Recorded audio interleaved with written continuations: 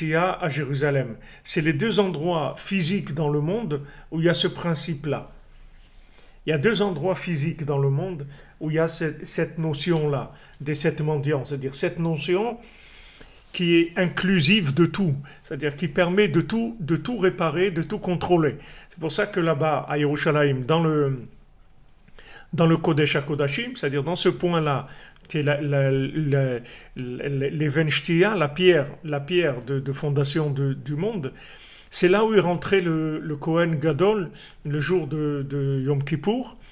Et le fait qu'il rentrait là, alors il pardonnait toutes les fautes. Il pardonnait toutes les fautes.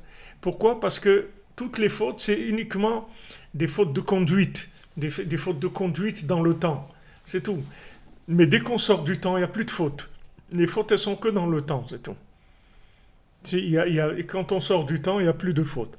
Donc, dans le Kodesh HaKodashim, au Kotel, il y a la possibilité de réparer toutes les fautes, puisque c'est l'endroit de connexion le plus élevé qui est en Eretz Israël. Et en Chutz La'aretz, en dehors d'Eretz Israël, l'endroit le plus élevé, c'est Ouman. C'est là où les Rabbeinu, ils se trouvent dans l'endroit de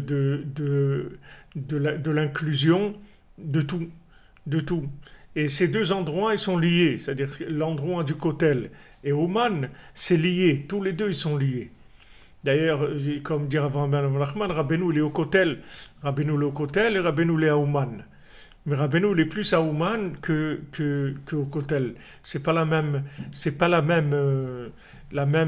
présence. C'est-à-dire la présence d'Ouman, elle est avec les Hatzamot, c'est-à-dire Hatzamot Yosef, avec le principe des ossements qui permettent d'autres descentes de parties de l'âme du tzaddik qui peuvent descendre de façon beaucoup plus forte que au Kodesh Kodashim.